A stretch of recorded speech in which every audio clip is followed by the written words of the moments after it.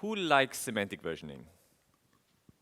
That's very few. And then some people are pulling down their hand again. Okay, yeah, that's kind of like the reaction you get with semantic versioning, and when somebody asks about that.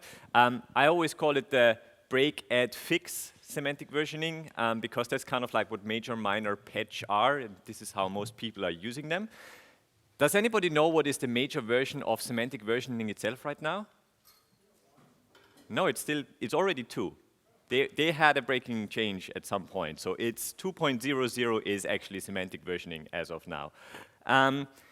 You can also make it quite complicated if you want to.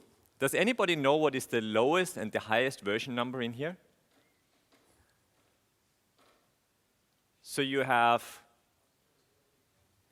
alpha is the first one, then I think you have alpha 2, then you have alpha 11, then you have alpha beta, and then you have beta.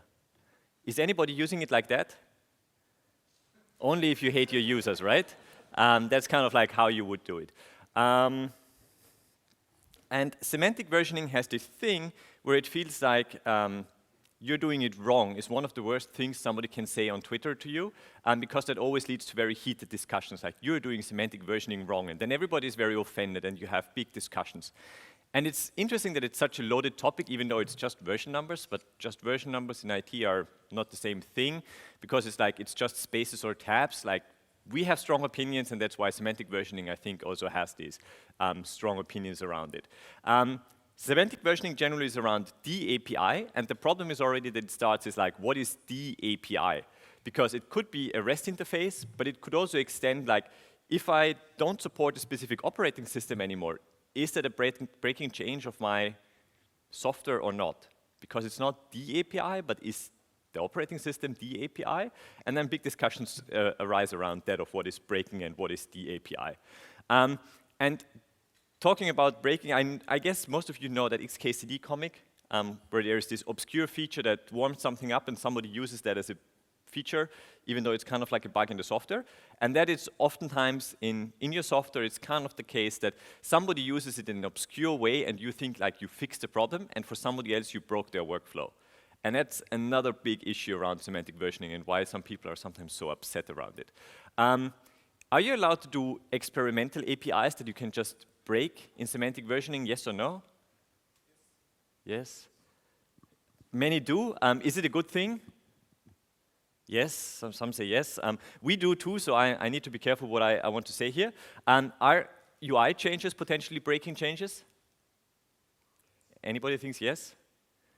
Okay, it's very few. I can see you're not a front-end conference, because there everybody would say yes, totally. UI changes are totally breaking.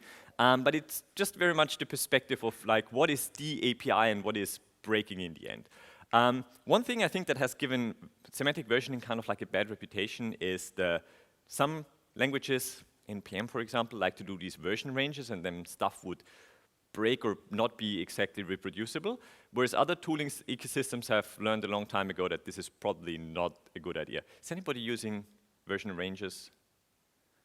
Nobody dares to admit that now. Okay. What happens if you haven't reached 1.0 in semantic versioning? It's pretty much the Wild West. You can do whatever you want. So it's called SemVer, and that doesn't mean anything basically in semantic versioning. So you're free to do anything, and I assume everybody uses some 0 point something somewhere in their software as a dependency, and nobody really thinks about what that might mean. One fun example is, who likes the JDK? No, I'll take that back.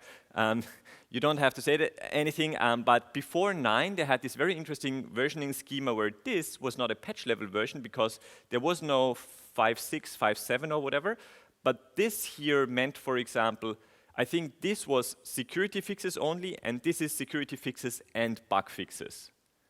So they had like a very weird versioning scheme, and then you had to basically divide the patch level version to know what you're getting in a specific version. Don't do it like that. They have changed it. However, Java is weird in another way, that they say like they will still do a major version even though there are no breaking changes, just because it's time-based. Like they have a 6-month release cycle, and even if there is no breaking change, they will still bring out a major version. Kubernetes has not reached version 28 or whatever it would need to have otherwise, because they have this approach of like, if you want to remove an API, you provide a replacement, you deprecate it, you have a rolling forward strategy, and only then can you remove it. But by that, it's not really a breaking change, but you kind of like evolve the API without constantly having new major versions, even though huge API surface and lots of changes under it. Terraform had enterprise support for SemVer, where they did even do breaking changes, which was weird. On the other hand, is anybody ever updating their Terraform? Very few normally, right? Ansible, does anybody understand semantic versioning or the versioning of Ansible? I think you could probably do a 10-minute talk just about like 2, 3, 4, whatever happens in the Ansible versions. It is definitely mayhem and also not what you really should do. They have their own Q&A page just for versioning because they do kind of semantic versioning, but also kind of not, or in their own way. Anybody still remembers the story around MySQL, which jumped from 5.1 to 5.5, then 5.6, 5.7, and then to 8?